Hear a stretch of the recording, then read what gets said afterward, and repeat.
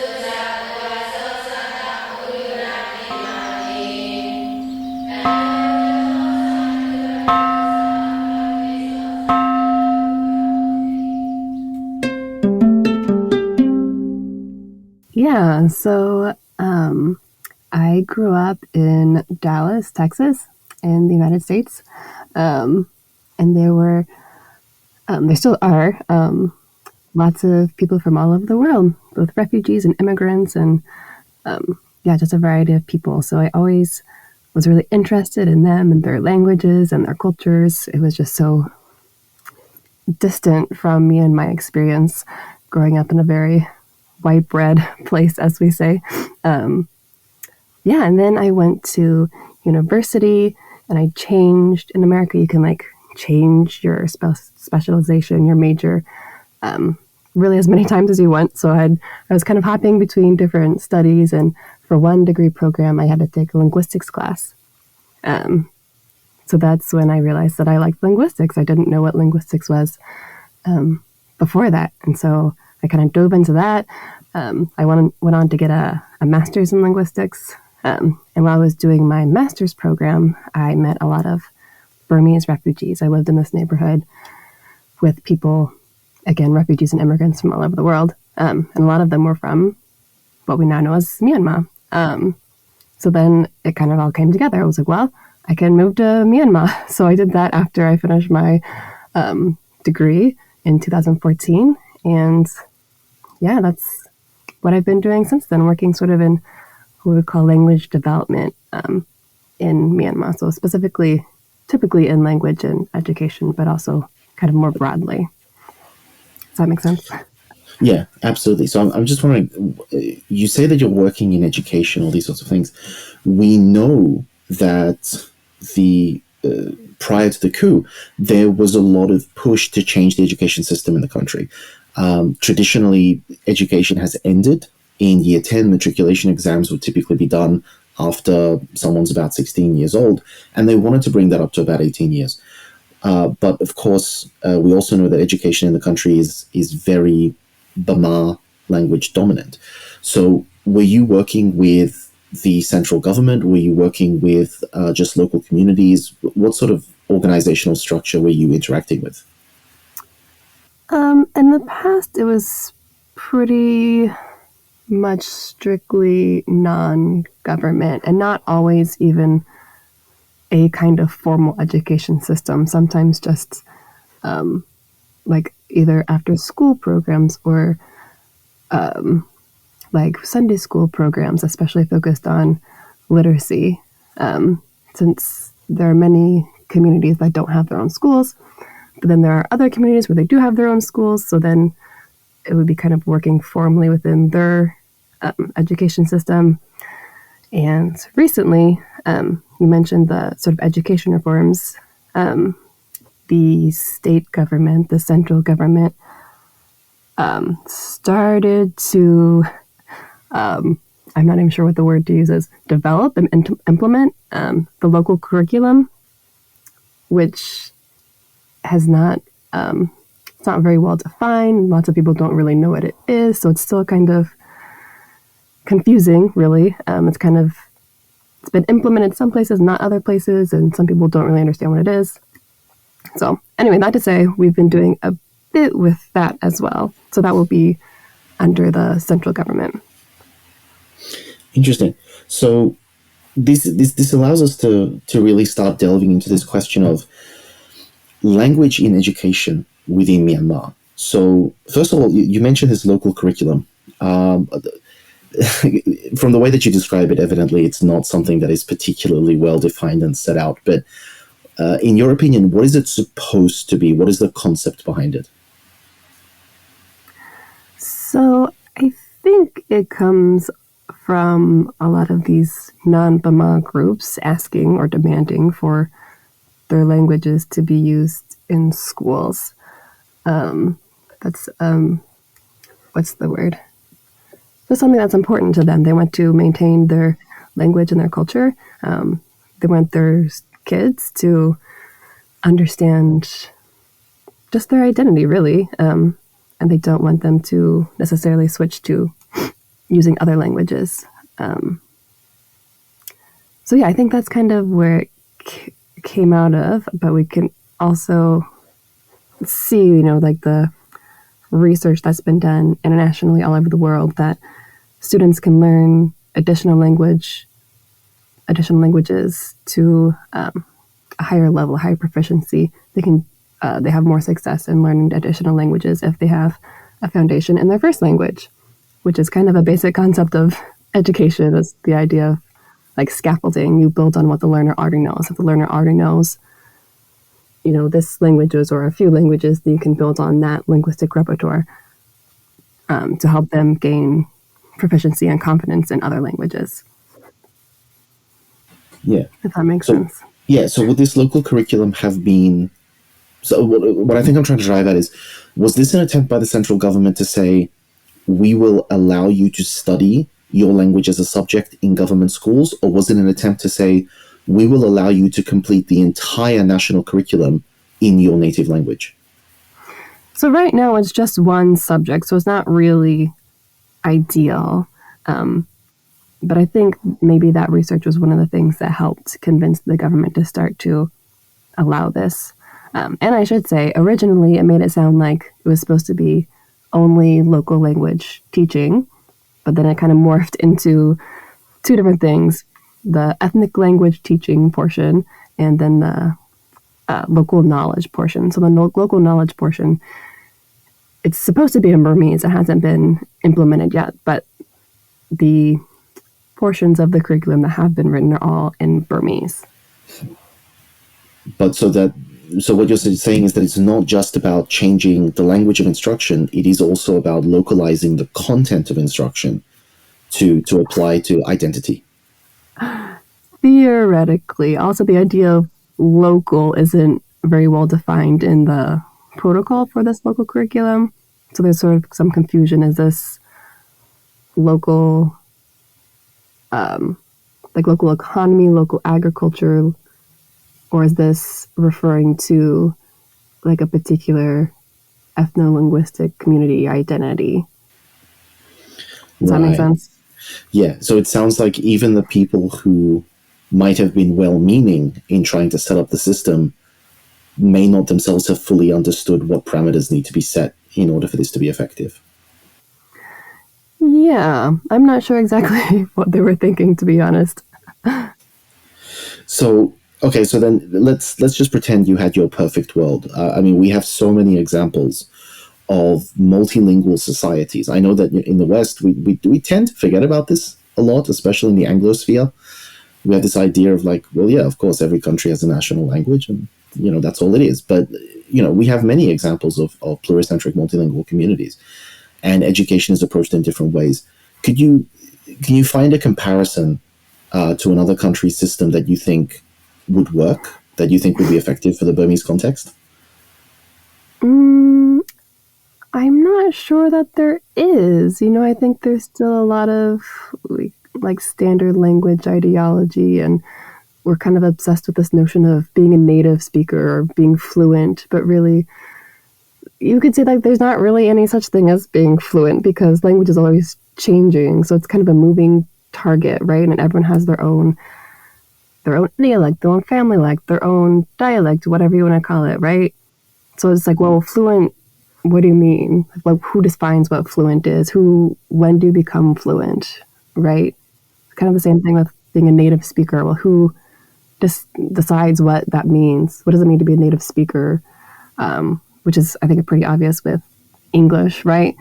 If you grew up in Singapore speaking English as your first language, you're not necessarily seen as a native speaker, even if that is your first language. It's the only language that you speak. So yeah, I think that's part of my work and part of what I'm passionate about as well, sort of,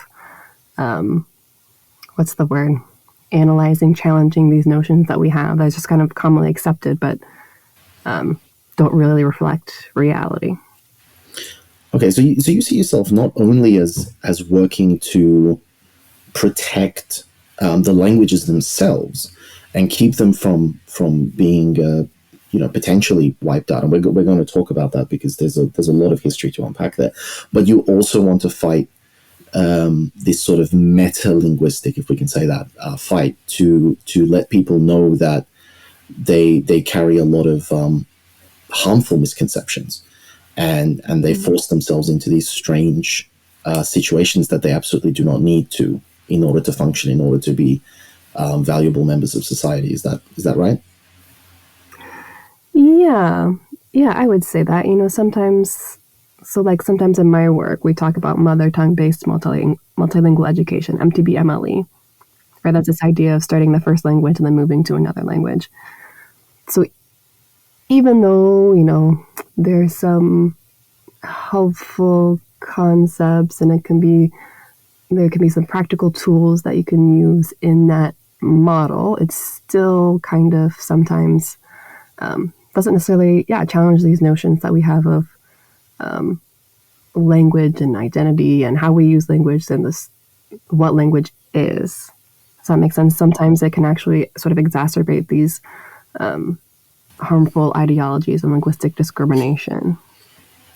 So I'm gonna put a pause on that particular one because it is such a brilliant topic, and I'm happy you brought it up. But I want to circle back and cover the sort of background and history before we delve into that stuff. As exciting as it is, I'm champing at the bit here. But the Myanmar context. So many of our listeners are familiar with the Myanmar context. They have some connection to the country, but I myself lived in Yangon, and I very rarely ventured outside of Yangon. And if I did, I went to Bago, I went to Naypyidaw, I went to other places within the Burma-dominated regions. I was very rarely in non-Burma regions. And like a lot of people, I really did not grasp the true scale of the linguistic challenge that the country faces. I would call it very much a challenge. So could you, in your own words, for the benefit of everyone listening, just tell us what has been the linguistic background here, and particularly the clash between languages and the loss of languages? Yeah, it's interesting that you use the word challenge.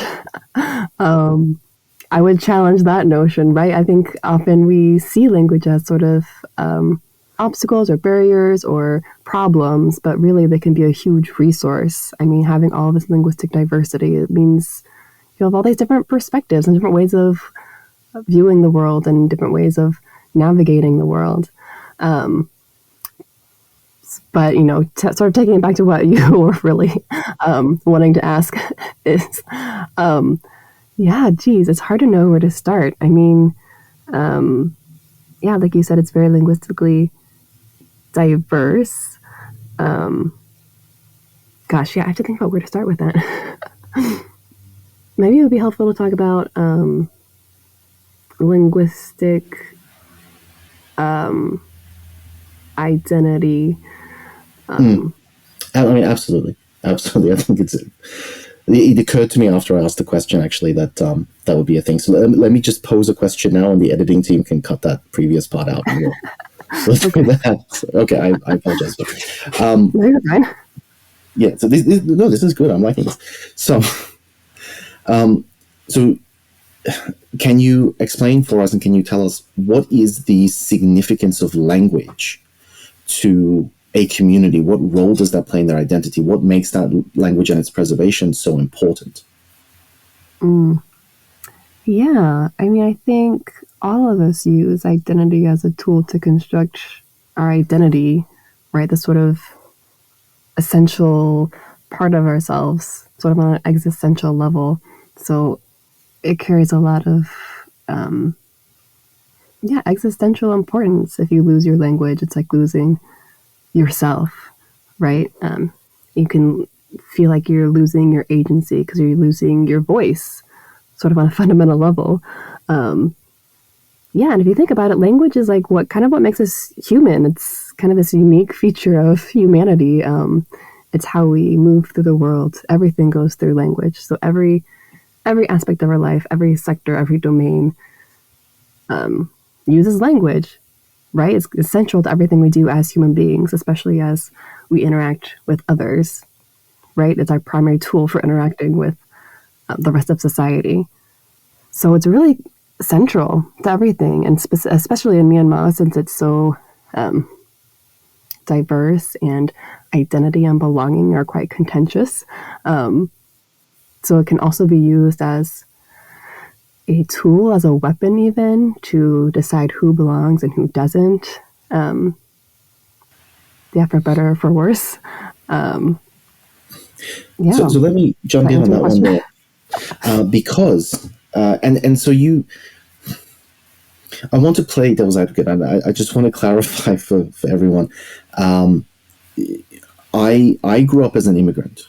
You know, I speak a minority language. My language is obviously the majority language in the country that I come from, but in the country where I live, it's a minority language. So I have very great sympathy. But purely to play devil's advocate, would you not agree with the argument that some people make that it is better for the perspective of national unity and cohesion, from the perspective of the operation of a state from border to border, if all of the people in that state communicate in the same language? No, not necessarily. I think we can see this in Myanmar. Whenever you sort of prop up one language against all the others, that language and the people who identify with that language kind of come out on top, right? So it can create more tension and less social cohesion, right? I mean, if there is conflict, but I think the argument that is sometimes brought up is that if we achieve the next generation and the generation after that, for example, if we look at the way that language has shifted in China, to bring up an example, in China, we see in certain places like Inner Mongolia, where 2 generations ago, Mandarin Chinese was very much a foreign language that was learned in school. The previous generation would speak Mandarin Chinese and Mongolian both very competently, and the latest generation very often do not pick up much of their heritage language, and they learn standard Mandarin in schools, and they speak that as their predominant language and their strongest language. So it's a very gradual shift. The argument that we would hear from government in China is that this is beneficial because now the people of Inner Mongolia do not face language obstacles in moving to urban centers. They're more effective in communicating with their own government. Trade has been facilitated. National unity has been facilitated. Nobody says, I don't belong to China because I speak a different language. That would be the argument. Do you not sort of see any merit in that particular approach? Yeah, I think there's lots of different things I could say. I mean, first you have to be okay with losing that language, which means like losing a lot of knowledge, losing a lot of ways of dealing with the issues that face us, like climate change, right? The different languages and have different information sort of encoded in them, quite literally scientific information, right? Different medicinal properties of different plants and trees and things like that. Just information about ecologies and geography, et cetera, et cetera. But you can also lose a lot of history when the speakers of a language either die off or they switch to another language. Often you lose a lot of that history. So I think first you have to be okay with losing like a wealth of information. You know, sometimes linguists will quote, well, they say it's an African proverb. I have no idea where it comes from or who even said it, but they say when a language dies, it's like a library burning down with it. But it's not even just any old library. It's a library with like unique titles that you can't find anywhere else. Oh, well, I mean, it's like this idea that you have to all speak one language. I don't understand why why that's a foregone conclusion, right? Can we also construct sort of a pluralistic, I guess, identities like we sort of already do? I think it's kind of a myth. Like, we're not static people, and culture isn't static. Nothing's static. Everything is dynamic. Everything's changing. Everything is intersecting with other things, right? We have intersecting identities.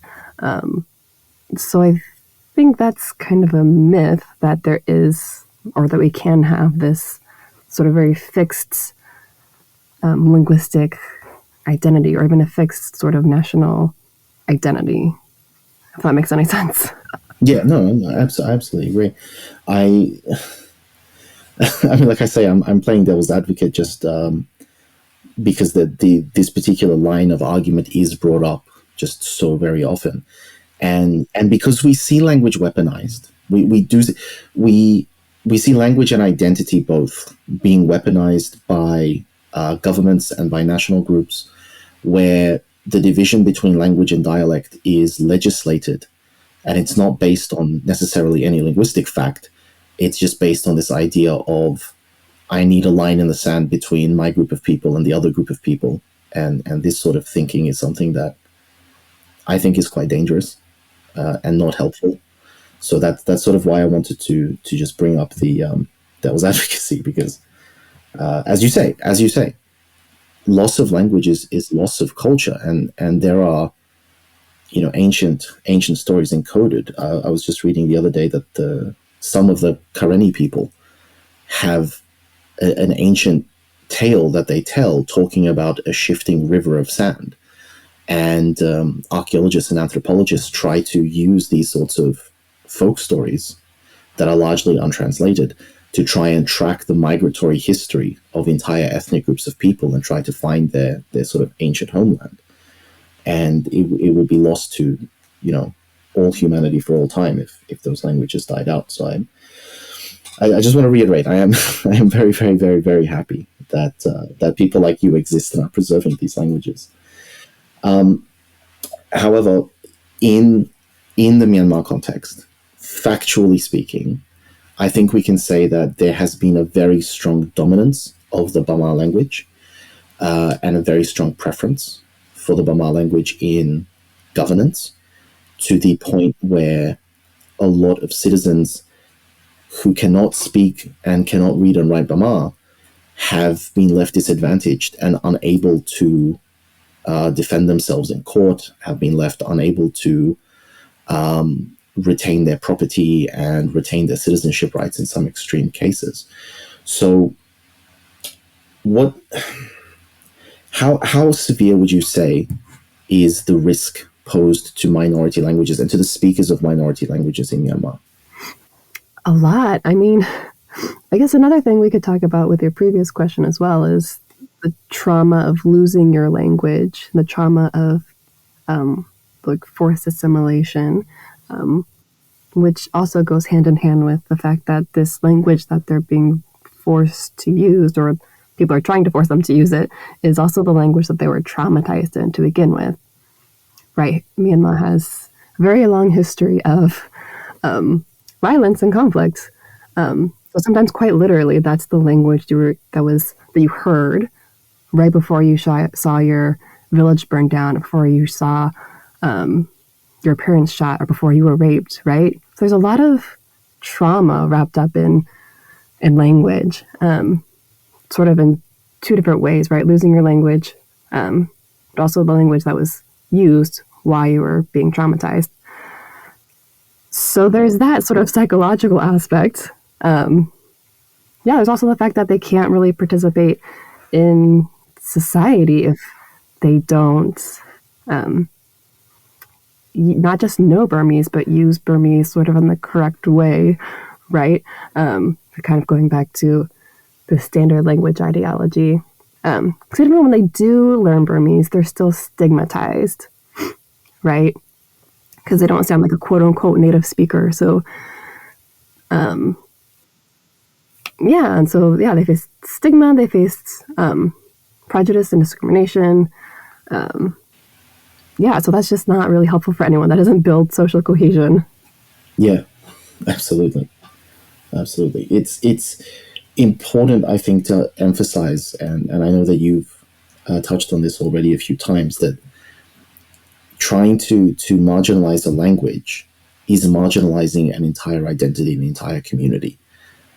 It's a very egregious form of erasure that very often just flies under the radar and doesn't get noticed, doesn't get picked up, because language is seen by so many people as this functional tool, and if that particular language is not judged to be particularly functional, then like a broken hammer, it should be discarded and replaced with a superior version. And that's just not appropriate for language. That's just not how language works. That's not what language is to us. And especially communicating to the past generations, people who are dead, their writings and their recorded voices. If we lose that language, we've lost the ability to connect to our own ancestors. But as you point out, the ideology that many people carry just does not recognize this and does not have space for this sort of thing. Yeah, I think along with that, you could probably, do a little bit of a critique of capitalism, right? Of modification of everything. But I think that's a whole nother subject. Yeah, it's definitely not my area of expertise, but you can't, right? Everything interacts with everything else, so you can't really isolate anything. Absolutely. And intangible value is just something that I feel that a lot of people in positions of power pride themselves on ignoring. And going on a tangent, but we've seen this with things like infrastructure investment. We've seen this with vaccines for COVID, whatever.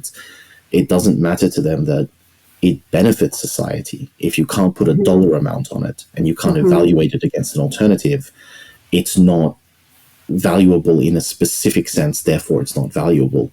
And communities lose opportunity, very serious opportunities, sometimes crippling them for generations as a result of this type of thinking. So it is important to change that, but I will rile myself up, so I will be a good boy, and I will not get political today. Well, I think it's kind of impossible. Language is political. Exactly. So let's move on to the things that you have been doing. So prior to forming ICP, you were working with different language communities. Can you sort of tell us roughly which communities you were focused on? Yeah, I've worked with people from all over the country, really. Some Chin communities, especially from Southern Chin State and Rakhine State. Who else have I worked with? I've worked with people from Kachin State. Some of them would probably identify as Kachin, some of them would not. But they belong to what a lot of people consider a Kachin subgroup, I suppose. You mean the tribes of the Kachin, or is this a different subdivision? Yeah, so typically people will say, okay, Jingpo, Rawang, Zaiwa, Lisu, Lechet, and Labu are the 6 Kachin languages. But a lot of the people belonging to those groups or identify as that ethnicity would resent that and would disagree for whatever reason. Yeah, sorry. It was described to me in that way by a Kachin person, saying there are 6 languages and there are 5 tribes, but any language could exist within any one of these tribes. They're not the same thing, and they're not interchangeable at all.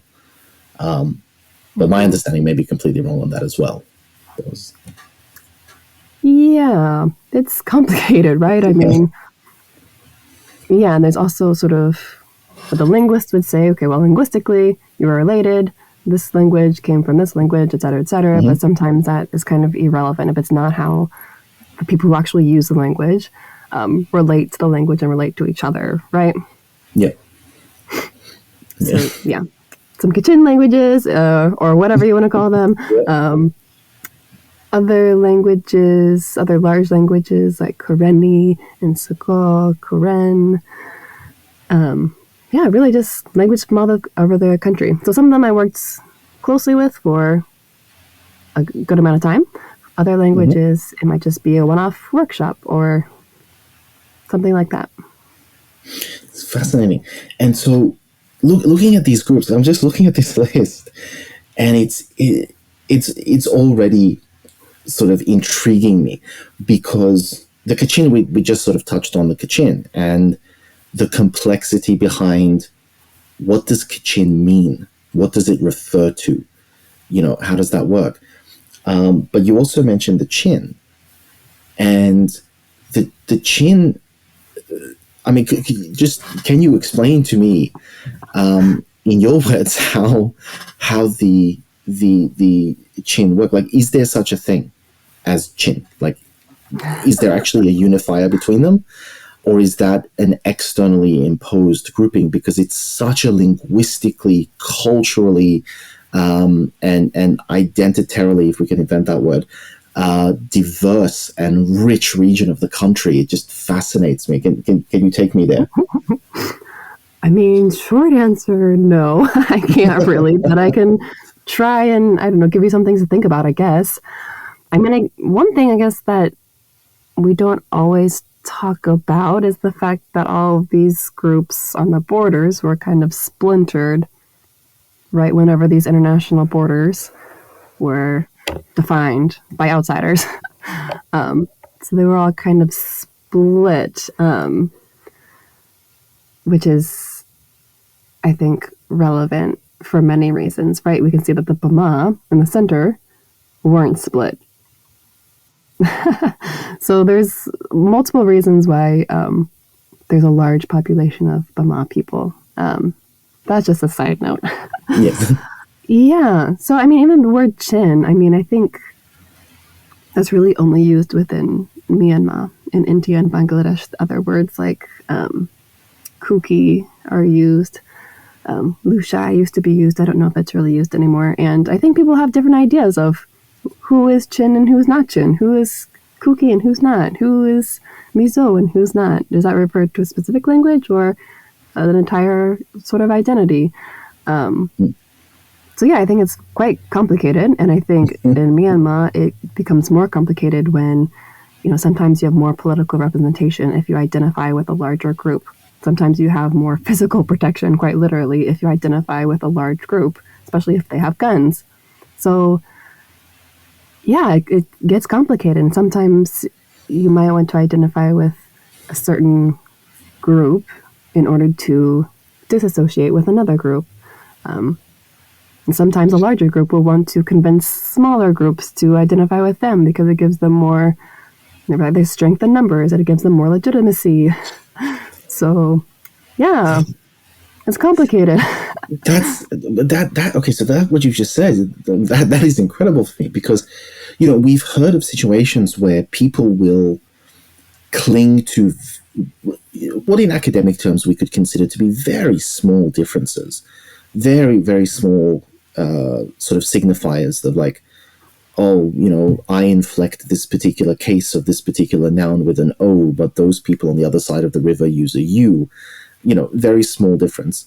And they would say, well, that defines us as different groups of people. So we've seen this sort of thing where groups of people already exist, and they sort of seek out tiny differences in behavior and tradition to justify a deeper divide. But now you're telling me that identity is a thing that, it seems you're saying, groups will voluntarily change their identity or change the way that their identity relates to other identities for reasons of political expediency. Is that correct? That's what I would say. Wow. Yeah, and I think sometimes people don't always express that, or sometimes are not even aware of why exactly they make the decisions that they make. Like, for example, with the Chin, most of them will use the Roman script to write their language. So whenever I ask people, okay, like, why did you choose this? Because a lot of these groups didn't start writing their language until recently, some really just in the past few years.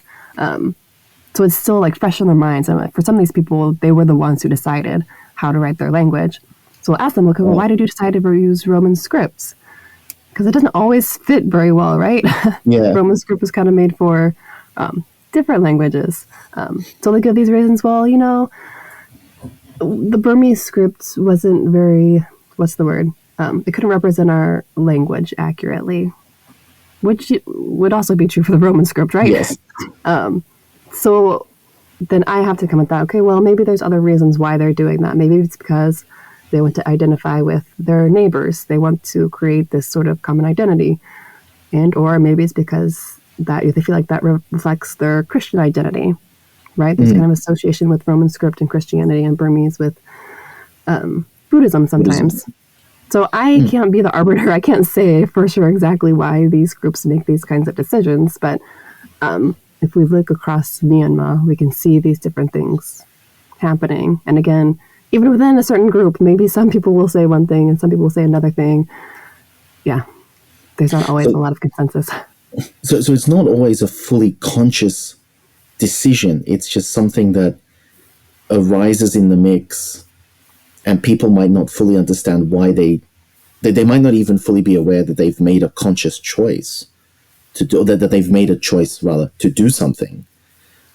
They just sort of did what they thought was a natural thing to do, and then somebody else would be the first one to pose that question, saying, "Did you consider that there were alternatives to this? Why did you?" Yeah, that's what I think. I could be wrong. I mean, there is one Chin group that uses Burmese scripts.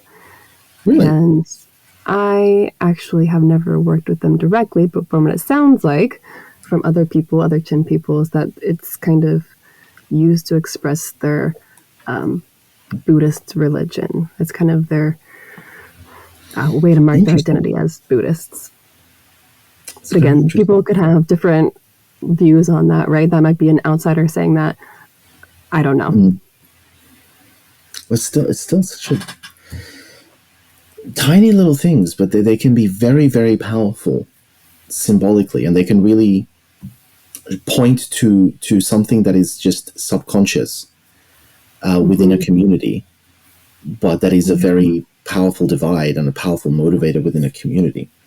So that's really cool. So I want to move to let's look at the Karen and the Karenni. I mean, this applies to other communities as well, but so I'm wondering, there's just a situation in the Karen Hills. There are a lot of Karen languages, a lot of Karenni languages, but my understanding is that you have a lot of varieties that are mutually intelligible. You have a lot of varieties that are totally earth and sky different.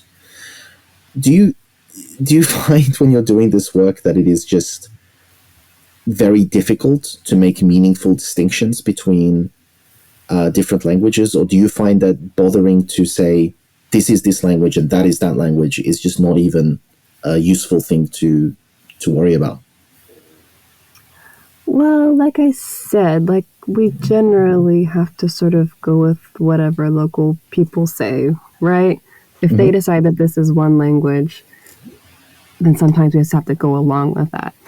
So with that, what happens sometimes is the people that speak the powerful or prestigious variety or dialect, or sometimes completely different language, will impose their way of using language on others, right? So it's kind of, I don't know how to say, a balancing act, right? Because we can't just come in and say, well, this is this language and this is that language, if that's not how the people who actually use the language view them. Does that make sense?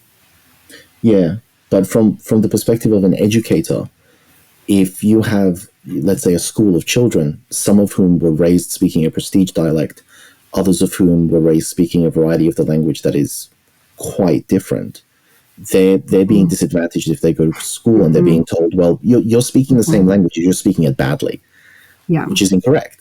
They're not. They're speaking a completely different variety. Right. So do you try to engage with that? Do you try to reach out to groups and say, hey, can I take you to that village over there, and can I watch you try and order things in the market, and maybe you'll have a realization that language doesn't quite work that way? Yeah, it can be tricky since it's so sensitive and it's so politicized.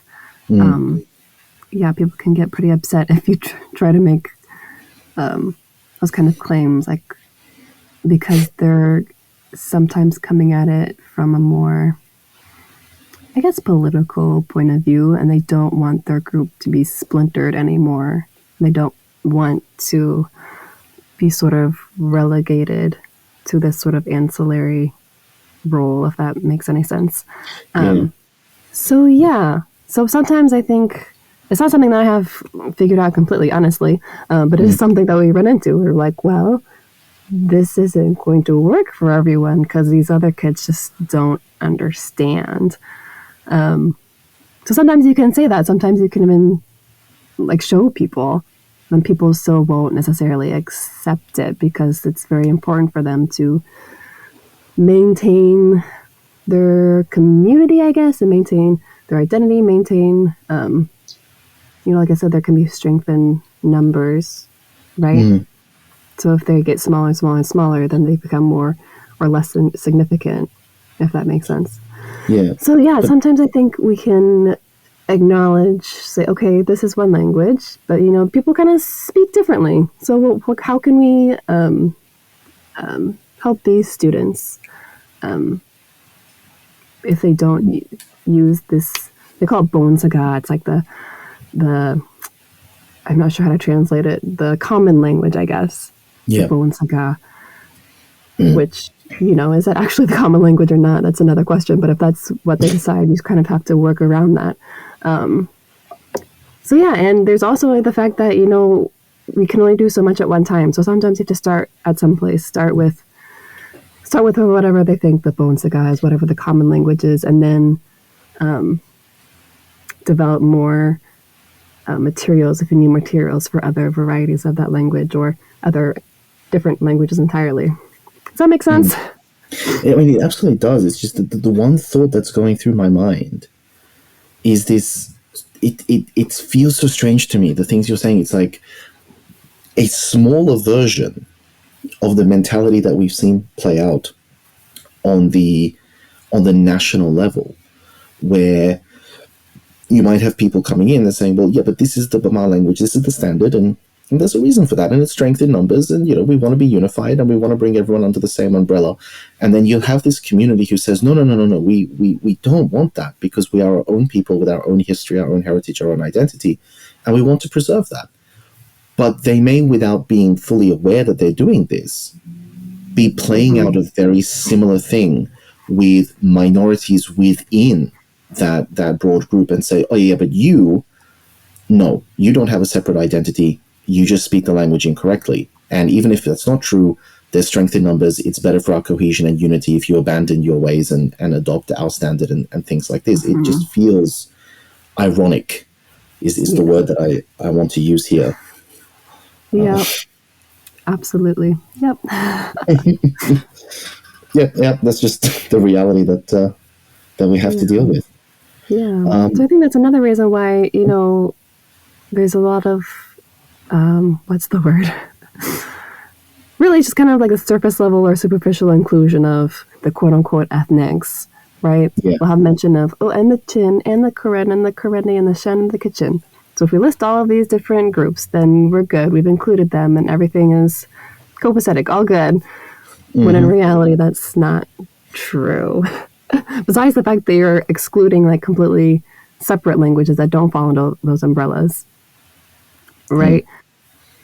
Within those many languages groups, there's lots of different languages. There's different people under those sort of umbrellas construct their identity in different ways. Some of them resent being put under that umbrella.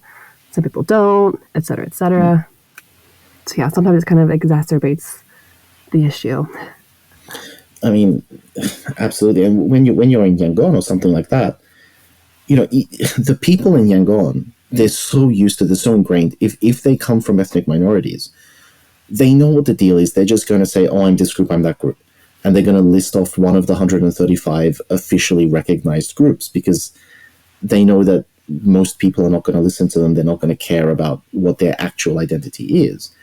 But when you go out of that bubble and you go to these regions and you say like, "Oh, so you're this group of people," they're like, "I don't know what that is, but it definitely does not apply to me. I've got my own thing, my own identity, my own people, my own everything."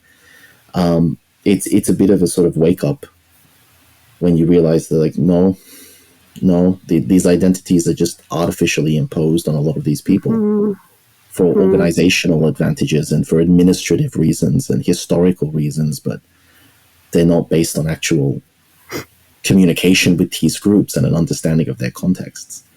It's very unfortunate that we live in that.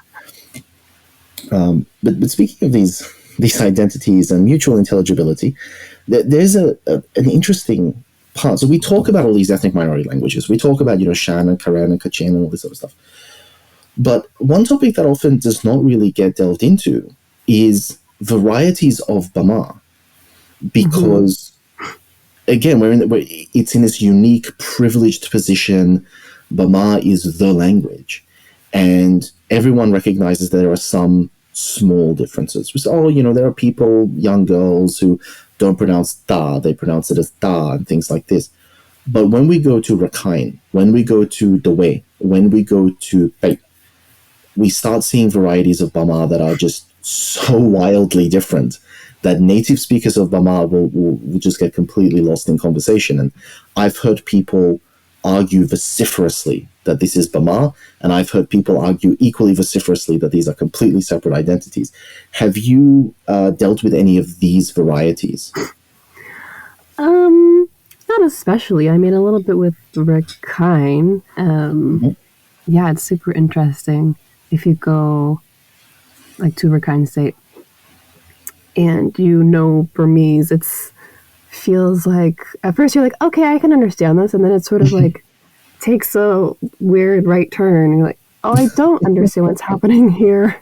Yep. So I think, that kind of shows how a language doesn't necessarily exist as a discrete entity, right? The borders between language and dialect or variety are kind of fuzzy sometimes, and sometimes it's in the process of changing, right? I think that happens with Rakhine sometimes, because I worked with a lot of Chin people from Rakhine State who spoke Rakhine. So sometimes they couldn't really they would forget like what was Rakhine and what was Burmese. Sometimes they would say something Rakhine, thinking that they were talking to me in Burmese that I wouldn't understand. Like, oh, wait, that's a different thing. So even in their mind, so this is the question, of course, because we have diglossia, and the average Bama person, they understand that there is a clear distinction between spoken Burmese and literary Burmese. And even when they are writing, they are very conscious of the distinction between the two. And I've seen mixing. I've seen written work that mixes some formal markers with some informal words. But as a general rule, they understand that. They treat both of these as the same language, just different registers. With the Rakhine, do you have any insight into how they perceive it? Like, would they think, oh, I'm jumping between Rakhine and Burmese? Or would they think, oh, I'm jumping between, how I speak versus how the people in the city speak so that this person can understand me? Yeah, I think in general, like I haven't worked with Rakhine people that much, but from what I can tell, it seems like they definitely draw a line between what is Rakhine and Burmese as a sort of existential identity, if that makes sense. Yes. So it's not just linguistic, it is deeper than that. Yeah, so they want Rakhine to be a separate language, even if it's linguistic related. As well as the fact that they are doing some code switching. Since there's so much language contact, there's kind of probably some language shift. But again, I'm not an expert in Rakhine. I don't really work closely with Rakhine. I appreciate that, but the insights that you can offer are still fascinating to me. I've never been to Rakhine. So I have no concept of it myself. So I really appreciate hearing Yeah. your views on that. So so let's jump forward in time now a little bit, because I'm not doing this chronologically. So you formed your organization, and your organization is Myanmar Indigenous Community Partners, and you formed that this year, correct? Yeah, we did. Yeah. So it's been a complicated year for Myanmar. I think that's very fair to say. And can you just walk me through this? A coup has broken out. The country is unstable, and you decide to form this organization. What challenges and what difficulties are you facing trying to do that in amongst the chaos in the country? Yeah, most of the communities that we work with have been living in this kind of conflict for a long time. So, especially for me, since I haven't been living in conflict, and this is kind of a new thing for me to experience personally. Yeah. I always ask them, like, just about what's going on and how they feel about it and how they're adjusting. And they're like, well, we're used to this. Like, we've had to run before. We've had to work in the jungle before. So it's not really all that new for them. Yeah, they've kind of learned how to adjust. I mean, it's horrifying because I cannot think of many Burmese friends that I have, whether ethnic Burma or not, who have not experienced some form of ridiculous hardship in their childhoods. Some of them have particularly egregious stories, as you can imagine, and there's just something about it that I don't know. It still surprises me every single time that people have simply adjusted to living under these sorts of conditions and living in this sort of a horrendous reality. It never stops shocking me, I think, to realize that it is possible to be subjected to that much abuse that you simply accept it as a reality of your life. But Yeah, it's pretty horrifying. It's pretty sad. it is. But hopefully, little things help shine a light on these crises overseas so that people can understand just how severe this situation is. But returning to this, so I do want to ask, what exactly are you doing as ICP? Have you changed your operations since you formed ICP, or are you sort of continuing the same basic activities? Yeah, so all of us, there's basically 3 sort of co-founders. The other 2 are from Myanmar, from non-Burma indigenous communities. So yeah, we've been working as consultants. We've done some research. Both of my colleagues have their PhDs, so they did their research in this kind of language, education, linguistics space. So yeah, we're continuing on projects that we were already working on, not necessarily as MICP, but as individuals, as consultants. But something else I think that, especially for me, as an outsider, I feel like I need to do more of this kind of awareness raising, sort of letting people know, like, not even facts, I'm not sure how to say, but just like helping people know what questions they should be asking and how they should be maybe looking at things a little bit differently. Because I don't have all the answers, and I'm not Burmese, and I don't have personal experience, like, as a Burmese person, right? So I felt like I needed to do more of that. I was talking to one of my colleagues the other day, and because I'm always talking to them, like, I feel like this isn't really my job. This isn't really my responsibility. I'm an outsider. Like, why would I be doing this, right? Shouldn't it just be a local person telling their own experience?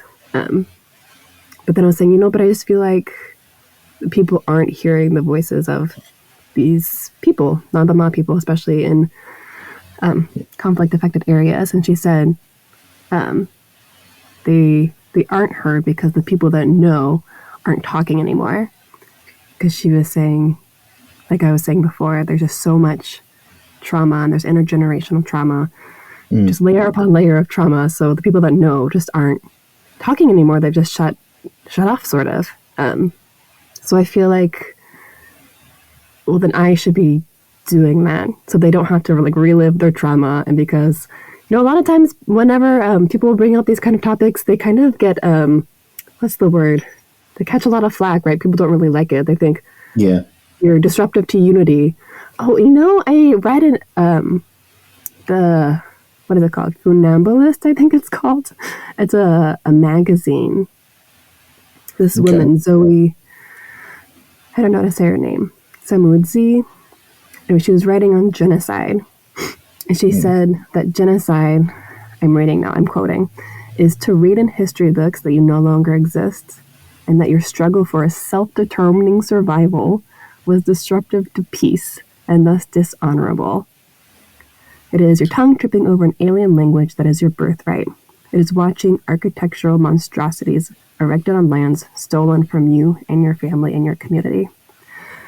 Which I feel like really relates to the Myanmar context and why I think, what's the word? Why I think I sort of have a responsibility to speak out, because the people that have already experienced this trauma, when they speak out, they're traumatized again, for one, reliving that trauma, but then also they're accused of what she said, that they're being disruptive to peace, that they're the troublemakers because they're causing tension, they're creating less unity, right? So I feel like I'm not sure how to say that I can do this. I can sort of take on that. What's the word? What am I trying to say? I mean, I think I grasp the intention here. That what you just quoted was beautiful and deeply depressing at the same time.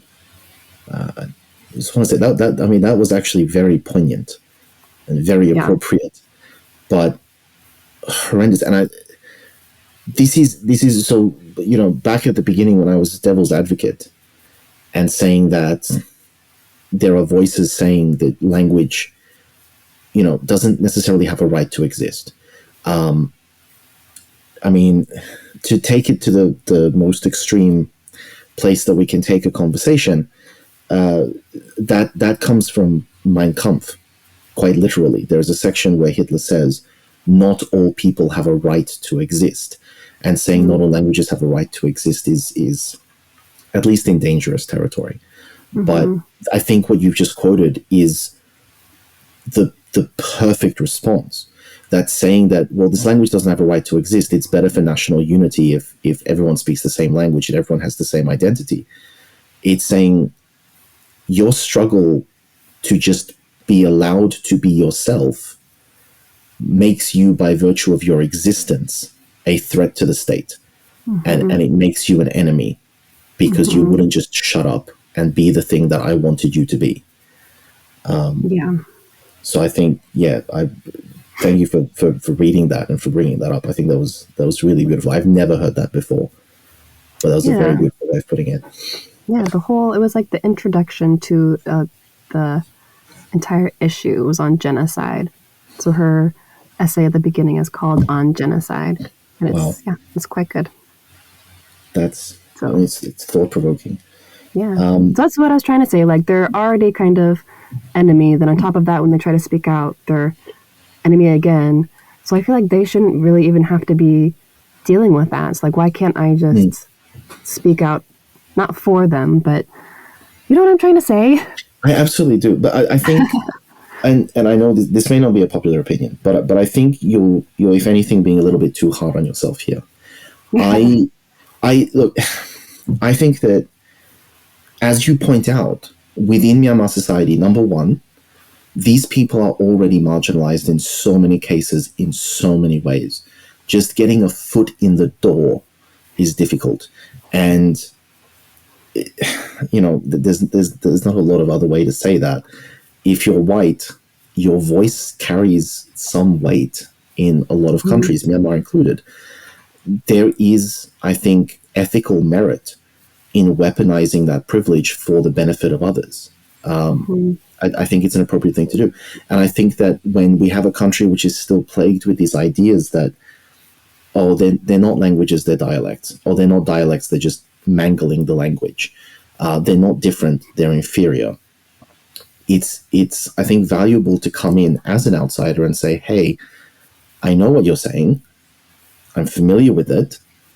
But here are some things that you should consider. Here are some arguments that you've not heard before.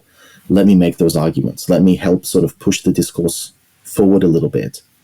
And then that can segue onto saying, like, so, by the way, here's a community who's been saying the exact same things that I just presented to you, and they've been saying it for the last 75 years. Maybe you can continue the conversation with them now. So I think that what you do is very valuable. I think that if you are respected and if you are capable of pushing the issue forward and you're capable of pushing the discourse forward, then it is a good thing that you are doing that. It would be better if those people were being listened to in the first instance. But if you can help make people listen to them, then I think you're bridging a very, very, very important gap. But, there will be people who disagree with me on that, and that's perfectly fine. Well, thank you. I guess sometimes I feel wary. There's so many people, so many experts talking about Myanmar. It's kind of exhausting. So I just don't want to be adding to the noise. I can definitely see value in that. And I would just like to point out that in the entire period of our interview, you have never once referred to yourself as an expert, which to me is very clear. Yeah, which to me is a very good sign of someone who is reliable and honest with what they know and what they don't know. There are very few people in the world who both are experts and claim to be experts. It's not a common thing. I'm very wary of people who say I'm an expert. Listen to me. But anyway, sorry. That's a detraction. So I want to move on to something different. A passion of mine, and I know that's something you've worked with quite a bit. Orthography development. This is incredible. So for those who may not be familiar with this issue, in Myanmar today, there are, do you have any bead on how many languages we're talking about, or even a ballpark estimate? Languages in general? In general, in the country. Yeah, I think it's, again, depends on how you define a language. So exactly. It's something over 130, but again, most of these languages are pretty underserved, under-researched. So we don't know exactly. We don't know. So many of these languages do not have a literary tradition. They don't have a written tradition. And this can happen for many reasons historically. Sometimes you just don't need to write things down, or other times you would write things down in a different language. And so you and your team are engaged in assisting communities creating a way in which they can write down their language, preserve their culture, preserve their stories in a written, transmissible form. And this is very, very difficult to do because, again, we as people who grow up reading and writing think, oh, letters exist, sounds exist, therefore we can just match a sound to a letter. But when you don't have a writing system to begin with, it's so difficult to find out what the sounds are and how we can formalize them, how we can divide them. So can you take me through, in brief, the process from beginning to end of sitting down with people who don't have a written form of language and how you get to crafting something that they can use? Yeah, so first you would start by collecting a word list. So you would just elicit different words. If you're not a speaker of that language, obviously you have to use a different language to elicit those words. But if you already speak the language, then you don't really need to elicit them. You can just record them yourself. So you create a word list, really there's different ways you could do it. You could, anyway, I won't go into those details. Typically, you start with collecting a word list, recording all of those, and then analyzing the sounds and the patterns of sounds in that language. So the patterns of sounds in the language is called the phonology. So which sounds change in what phonetic environments, right? And then that's how you would ideally represent the language using symbols and letters. But like I've said before, sometimes the community already has a strong idea of how they want to represent their language, and so sometimes you just have to go with that, even if linguistically it doesn't really make sense. Because if they don't like it, they're not going to use it. And if they're not going to use it, then why are you doing what you're doing? So, yeah, it's usually, I would say, communities probably already have a good idea of like what scripts they want to use, if they're going to use Roman script or Burmese script. So then they just have to decide what symbols to use for what sounds. So sometimes it's easy, like your K sounds or B sounds or T sounds. Usually pretty straightforward. But then languages that have different tones or different, what we call phonation, which is pretty common in Tibeto-Burman languages, like creaky voice or breathy voice, or things that are happening in the throat, right, with your glottis, with your vocal cords. But especially if you're using Roman scripts, there's not really an easy way to represent those. Or there's not a straightforward or generally accepted way to represent those sounds. So you have to work through that. And then once they have that kind of settled, then they have to decide on spelling conventions. They have to decide on where word breaks will be, on punctuation, things like that. So once they have that, or sort of a working orthography, it doesn't have to be perfect. They might change it later. Usually they will, because usually you need to sort of test it. So you test it by trying to write down your language. So maybe you try to write down a story. So in the process of writing down that story, you kind of figure out, oh, well, this doesn't really work. And if you write it like this, then it's going to be confusing with this, who might read it. Like we might not be able to quite see where the syllable breaks are, things like that. So then it's kind of in this continual process of revision, right? So then from there, yeah, they keep writing. They keep writing, and that's how they learn to write their own language. At least in my experience, that's the best way to learn to read and write your own language. If you're like at that stage, right? Just to try it out, try to read, try to write. And in that process, like I said, you'll sort of refine it as you go along. And from there, you just keep creating, keep teaching other people. Does that make sense? It makes absolute sense, but so I'm just wondering, how much input do they have? Like, if you call a linguist and you say, okay, I need a writing system for this language. Here's the sound system. Here are the phonotactics. Blah blah blah blah blah. Make it happen.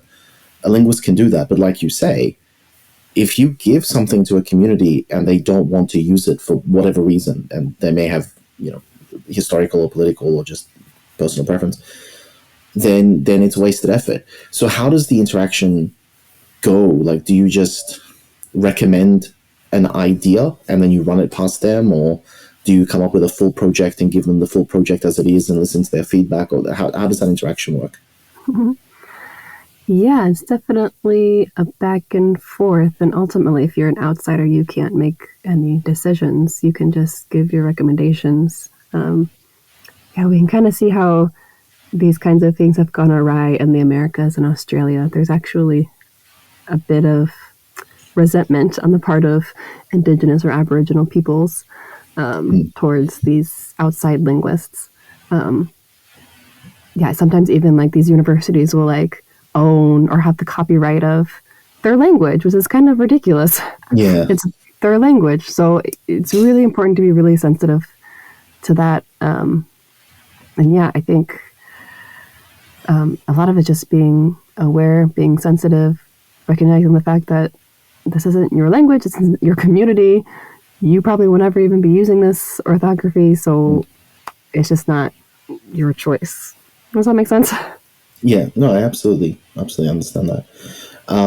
But the other one is, do you get any pushback against the very concept of a writing system. I know that there are some communities where literacy itself is viewed negatively. For example, the Yazidi community from the Middle East have traditionally viewed literacy as something that should be the domain of the clergy and not something that other people should engage with. Have you ever received pushback against these efforts? Not quite to that extreme. I mean, sometimes people don't think that their language can be used in certain ways. I think, only Burmese can be used for poetry. My language isn't sufficient. To get things like that, I don't think I've ever had any pushback against literacy. But again, I wouldn't be working with them if they didn't want it, because I can't just force them to write down their language, right? Yeah. But these communities, by and large, they are already literate in Burmese, correct? Not always, and it kind of depends on what you mean by literate. Like, a lot of people can read and write, or at least read Burmese, but they don't necessarily understand what it says. Does that make sense? Because that's how they're taught in school. They just kind of memorize, okay, this says debt. I don't know what debt means, but it says debt. So I can read it and can tell you what it's written, but I don't know what it means. Yeah, I got you. But at least, so the communities understand what writing is, and therefore they understand the value of writing as a tool that you can use for communication. Like, they see how useful and important this is what I'm getting at. I mean, I've never really asked specifically. I think that is something that we sort of have to explain or sort of work with them. So sometimes I think people want their language to be written because it's sort of a status thing. Sometimes people who want their language to be written want it to be written because they want, for example, to have the Bible in their language. Because they see these other groups with the Bible in their language. So they think, well, we need it too. Okay. So many different motivations. I think so. And, I think a lot of these communities are very much oral societies, right? They don't necessarily use the written word that much. So part of what we do is explain, well, if you have a foundation in your first language, like, you can learn additional languages better, right? So if it's difficult to both learn a new language while also learning sort of the concept of the written word. Does that make sense? Yes. Yes. And so I'm wondering, because very early on you mentioned the Lisu as a group, and for those who are unaware, many of the communities on the outskirts, or many of the communities in border regions, were Christianized by missionaries quite some time ago, and those missionaries often played an important role in, as you say, translating the Bible into different languages, and also in the development of scripts. And I believe Lisu is one of the examples of this, where someone created a new writing system based on the Latin alphabet, but from memory they operate by rotating the shapes of the letters of the Latin alphabet to indicate combinations of sounds. Have you ever worked on creating something completely novel like that, or do you stick to tried and tested, schema that have already been utilized elsewhere? No, I haven't. And usually I don't come in until they already have an idea. Sometimes they already have a working orthography. So no, I have not done that. I would guess that most groups would not really want to do that, but I could be wrong. I don't know. I mean, especially in the computer age, it's more and more important to use things that have already got computer compatibility, even if that means making compromises on sounds and efficiency. So the last thing that I want to move on to is probably the most important thing that I should have started with, is the actual education programs that you guys run. So you're talking about after school programs and literacy programs. So clearly, a lot of these children, they're going to schools, they're going to government schools, they're being educated in Burmese, and so you're providing ancillary education where they can practice their own language. Are you also delivering local culture specific subjects in these schools, or is it just language focused? Well, we don't run any schools ourselves. They're usually run by the local community. Okay. So they just do whatever they want, however they want to decide to set up their schools or their classes. Local culture. Yeah, I mean, some groups, they have these fully formed educational systems. So if you can look at their curriculum and their curriculum goals and objectives. And yeah, it's pretty explicitly stated, like, we want to teach and preserve our heritage, our culture, our language. Okay. Does that make sense? Yeah, absolutely. And so you guys are just coming in to design this general curriculum and deliver to them the materials and the structure and a sort of pathway forward, and then they can take it from there and decide how they want to utilize that. Is that correct? Yeah, I really look to them for every group. Yeah, like I said, some have really fully functioning education systems. Some have a few schools. Some have extracurricular classes. Some haven't really started anything, but they know they want to start something. So sometimes if they haven't really started anything, we kind of have to help them, like, think through this. Okay, like, how are you going to do this logistically, practically? Who are your teachers going to be? Are they going to be paid? Are they going to volunteer? Do you need like a physical building? So it's really quite a wide range. Okay. So you would basically just have to come in, like tabula rasa, and say, all right, what is your situation? What are your needs? Boil it down for me. And then you would go back and try to develop a solution, or as many solutions as you can, to fit the needs of that particular community. Is that sort of... Yeah, I would say so. Wow. And so I'm wondering, have you seen the results of the work that you do? Like, if you're not the one running the schools, it can be very difficult to know what long-term impact there has been or hasn't been of these. If you just deliver the curriculum and you deliver options to people, and then you go on to another community and try to solve their problems, do you get the opportunity to go back and see how these programs have developed over time?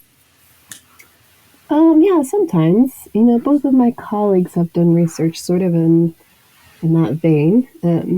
So they've, been able to kind of formally assess that to some extent. But especially with language, I mean, we don't necessarily see the results for, 6, 7, 8 years. Yeah. So you kind of have to be patient.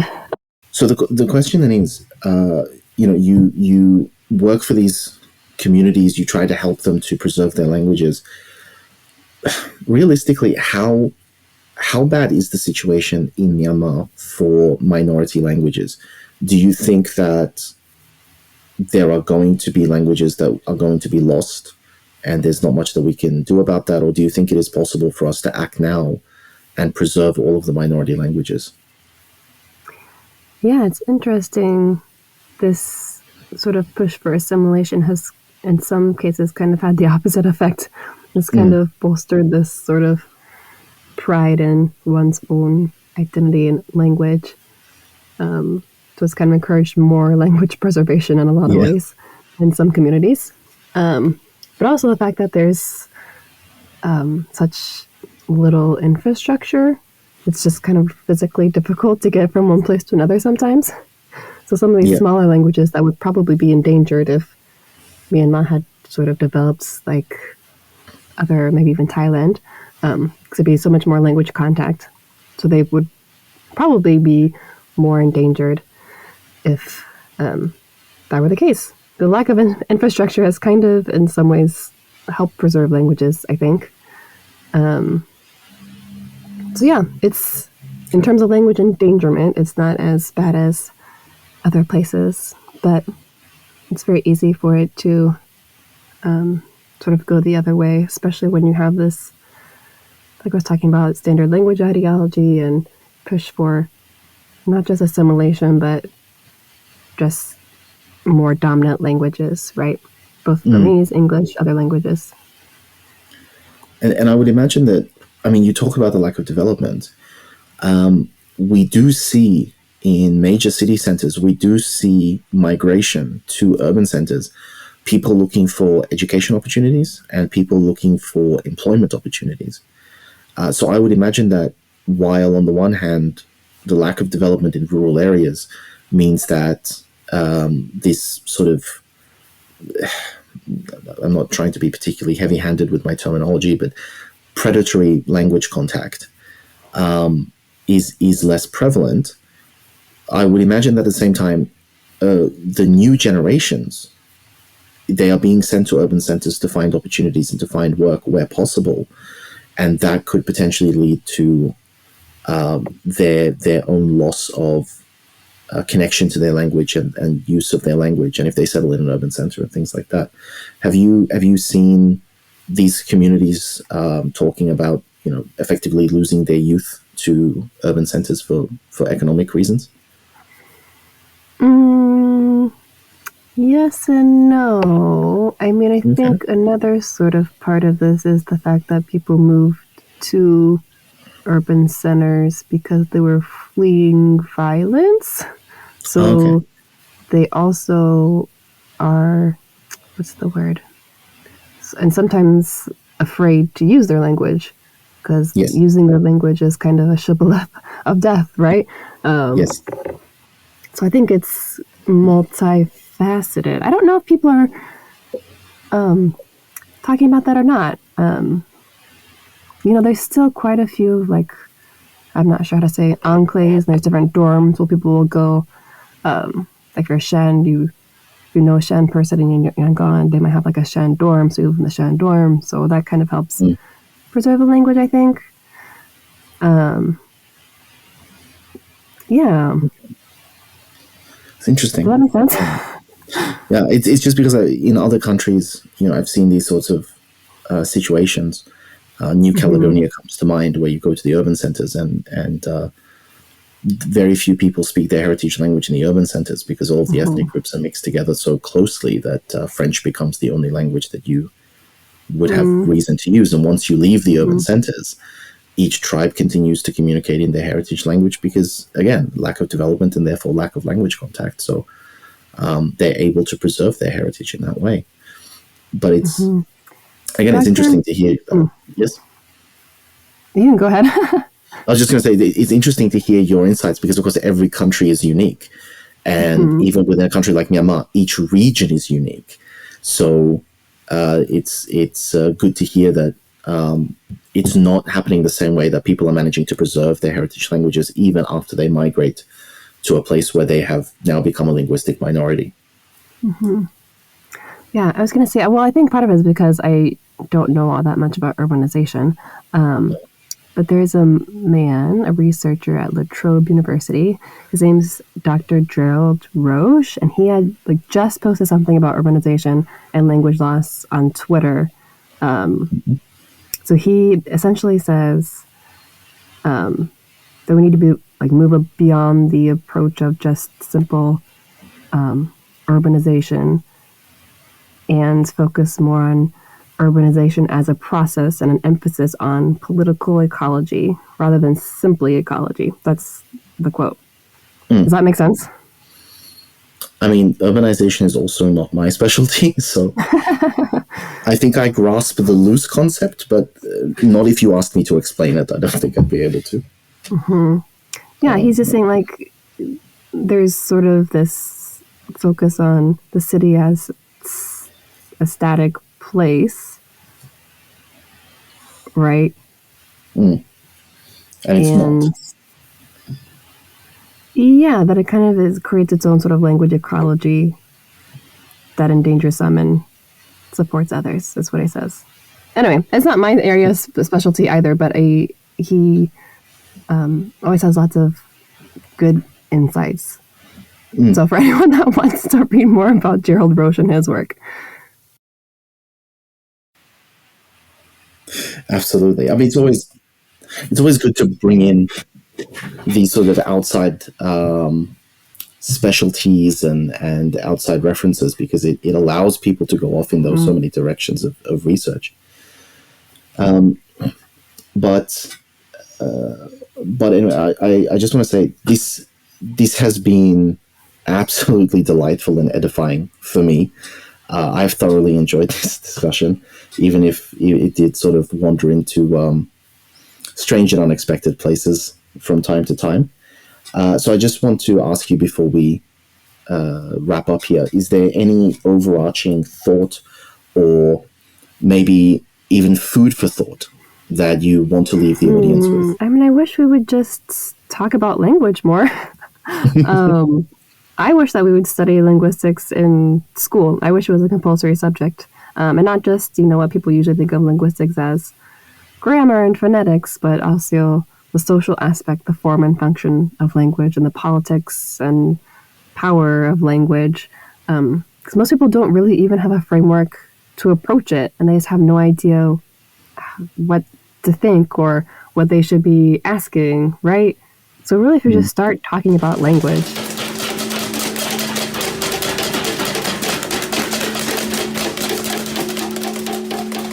Once again, thank you to everybody who's joining us, and I'd like to extend a special thanks to my guest, Katie Craig, for taking us on a thoroughly invigorating journey through the many and varied language communities and cultures of Myanmar, and for shining a light on some very serious issues surrounding language, identity, and politics.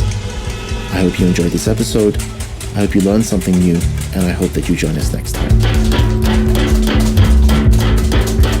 As a small, mostly volunteer team, the production time for a single episode of Insight Myanmar podcast can sometimes be as long as 4 months from start to finish. More recently, we've tried to increase the speed of this process for special episodes, but the fastest we've been able to manage has been around 3 weeks.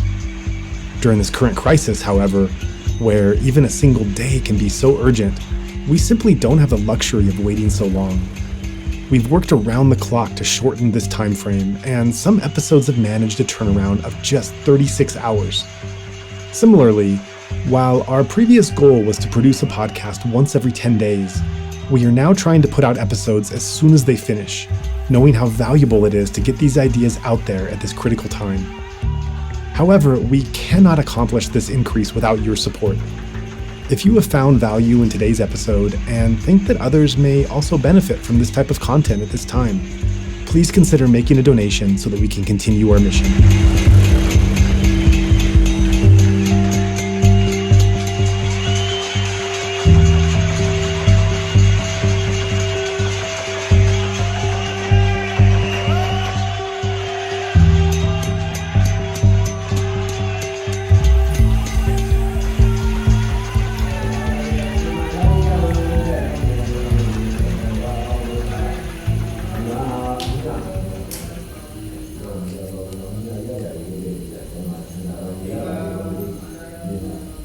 Yeah.